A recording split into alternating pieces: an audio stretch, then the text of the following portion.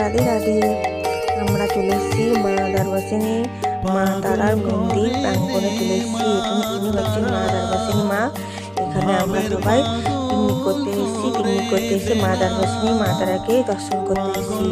আর এখানে মকর সংক্রান্তি মানে পৌষ সংক্রান্তিতে এখানে মেলা হয় যত্ন সহকারে প্রসাদ খাওয়ানো হয় আর প্রচুর ভিড়ভাড় হয়। আপনারা যদি এই মকর সংক্রান্তিতে মা দারবাসিনী মেলা দেখতে চান তাহলে এই দারবাসিনীতে আপনারা চলে আসবেন।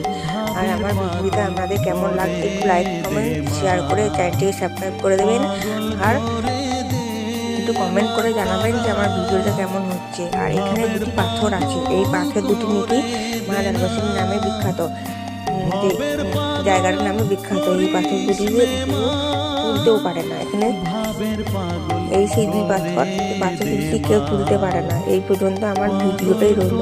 যদি ভালো লেগে থাকে তাহলে একটু কমেন্ট করে দেবেন। Bye bye.